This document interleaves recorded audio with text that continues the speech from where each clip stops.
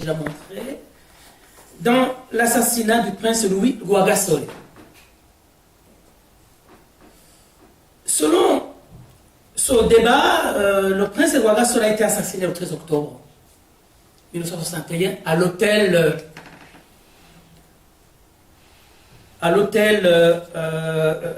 Tanganyika, qui se trouve justement précisément sur donc, la plage du lac Tanganyika. Et il a été tué lors d'un dîner avec ses ministres, donc le 13 octobre 1961, tué par Jean Kajorgis, un grec résident à Bujumbura. Selon le journaliste belge Guy Pope, dans Africa Focus, volume 28, numéro 28, plutôt numéro 2, à la page 2015 et 156 et 164, publié en 2011, je cite, ouvrez les guillemets, Kajorgis, avant d'être exécuté pour meurtre, accusa sans équivoque Harwa et Régnier d'être responsables de l'assassinat. Citant les aveux de Kajorgis, les panélistes ont soutenu que, je cite, l'assassinat était commandité par le gouverneur belge pour le Rwanda-Urundi, Jean-Paul Harwa, avec la complicité du PDC, le Parti démocrate chrétien, dirigé par les fils du prince Pierre Baranyanga, et il s'appelait dans ses deux fils Jean-Baptiste Ndendereza et Joseph Biroli, qui s'opposaient à l'indépendance immédiate. Et ici, je souligne que, selon mon analyse, ces deux fils de Baranyanga n'étaient pas commanditaires, mais ils étaient complices, ce qui est une nuance, puisque les commanditaires étaient Jean-Paul Harwa et ceux qu'il représentait. Au début des années 1970, l'historien René Lemarchand, dans son livre intitulé Burundi, conflit ethnique et génocide, de la page 55 à la page 56, il souligne que, je cite, le secrétaire du Parti démocrate chrétien d'Europe, Madame Belva, aurait appris du régent belge Roberto Régnier que Rwagasore devait être tué. Fermez guillemets. Madame Belva aurait eu cette révélation avant l'assassinat du prince Louis Rwagasore. En outre, selon le journaliste belge Guy Pope, dans la publication que j'ai déjà évoquée, je cite, ouvrez les guillemets, plusieurs jours avant son assassinat, le premier ministre du Burundi, Louis Rwagasore, a porté plainte contre 7 officiers belges, y compris le gouverneur général Jean-Paul Harwa et le régent Régnier. Dans cette même publication, le journaliste Pope a déclaré aussi que, je cite, ouvrez les guillemets, le ministre des Affaires étrangères belge de l'époque a menacé de licencier 3 anciens fonctionnaires coloniaux s'ils voyageaient au Burundi pour témoigner pendant le procès qui condamnait Kajorgis. Le prince Rwagasore n'avait que 29 ans quand il a été assassiné. Il a été assassiné à moins de 9 mois avant l'indépendance du Burundi, indépendance pour laquelle il avait lutté. Le mobile de ce crime crapuleux était leur tentative de retarder l'indépendance du Burundi et ainsi la repousser à 40 ans plus tard. Ça veut dire que le Burundi aurait été, selon le plan, indépendant en 2002, qui d'ailleurs coïncide avec, je dirais, la fin de la période intensive de la guerre civile au Burundi.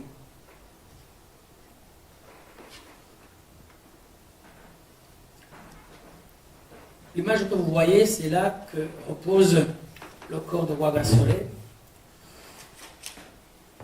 Repose aussi ses deux enfants qui furent assassinés juste après l'assassinat de leur père, Rwagasore. Ils utilisaient la méthode à la mafia. On descend tous les proches. Son épouse Marie-Rose Ndami Kedjo fut assassinée une année après.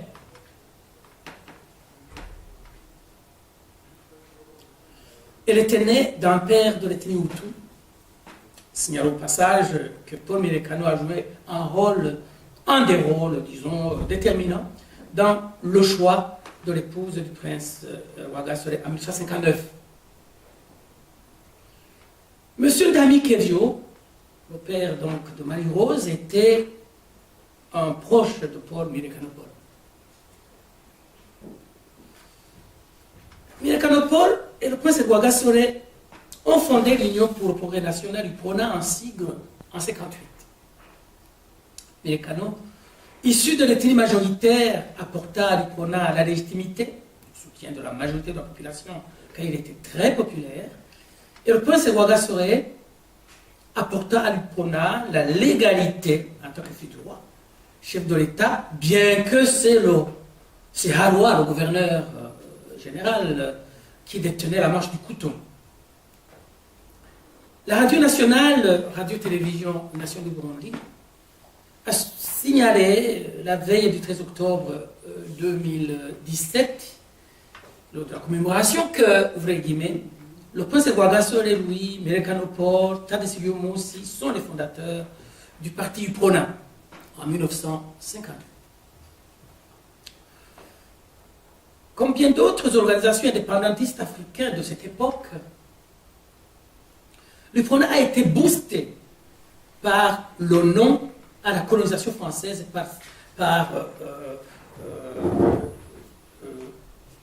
boosté donc, le nom était donc prononcé par Sékou Touré.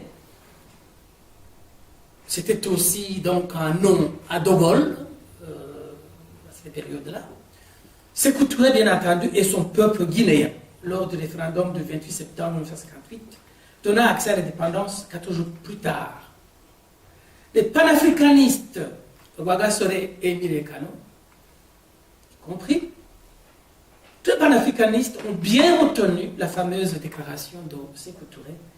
Je cite, ouvrez les guillemets, « Nous préférons la liberté à la richesse dans l'esclavage. » Ce thème a été beaucoup développé dans les propos de Rwagasore et Mirekano Paul, surtout à la période de l'indépendance de la Guinée, qui a secoué toute l'Afrique. C'est dans ce contexte panafricain que l'UPRONA mena la lutte jusqu'à l'indépendance du Burundi. Le premier comité qui a dirigé l'UPRONA était composé comme suit. Nougou, vous avez déjà entendu le nom de Nougou, on n'en parle pas souvent, était président. Le prince Rwagasore était secrétaire général et Paul Mirekano en était trésorier général. Face à cet élan vers l'indépendance du Burundi, sous le leadership de Mirekano et le prince Rwagasore, le gouverneur général Jean-Paul Harwa se mit à persécuter Paul Mirekano d'abord, le prince Rwagasore ensuite. Le gouverneur Harwa décida d'éloigner Paul Mirekano, encore fonctionnaire de l'administration belge, l'exilé donc de la ville de Bujumbura pour le muter vers Ruhengeri au Rwanda. Comme réaction, Mirekano Paul démissionna de la fonction publique pour se consacrer à sa coopérative de culture maraîchère. Le même gouverneur obligea le roi Mwambutsa IV à éloigner son fils Rwagasore de la ville de Bujumbura avec comme stratagème la nomination de son prince à la tête de la nouvelle chefferie de Kutanyerera, créé pour les circonstances. Le prince Rwagasore boycotta régulièrement cette fonction pour s'occuper de la politique globale du Burundi, mais aussi des coopératives, des petites et moyennes entreprises de Buyenzi, quartier Buyenzi à Bujumbura. C'est ainsi que Milekano demanda et obtint de ses militants que le prince Rwagasore Louis, secrétaire général de l'UPRONA, devienne le président de l'UPRONA. Il a fait comprendre à ses militants que le prince Rwagasore était inattaquable en tant que fils du roi. Donc il croyait que Harwa ne pourra pas l'attaquer et encore moins le tuer. Mais, bien entendu, comme vous le savez, ceci n'a pas empêché que le gouverneur général Harwa commandite sa mort le 13 octobre 1991. Concernant les coopératives, Rwagasore et Milekano se sont répartis les tâches. Comme je le disais, Rwagasore prit en charge la promotion des petites et moyennes entreprises avec comme épicentre le quartier musulman de Buyenzi dans la capitale Bujumbura. Paul Milekano se consacra à la promotion des paysans par les cultures maraîchères avec comme épicentre Bugarama, qui se trouve dans la province Muramvya et qui est situé donc dans le fief royal, on l'appelle le fief royal de Muramvya.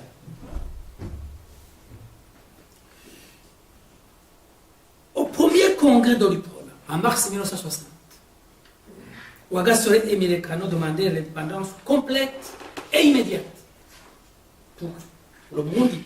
Ils ont demandé et obtenu l'établissement d'une monarchie constitutionnelle. Ils lancèrent un appel à la désobéissance civile avec le boycott des produits belges et le refus de payer les taxes.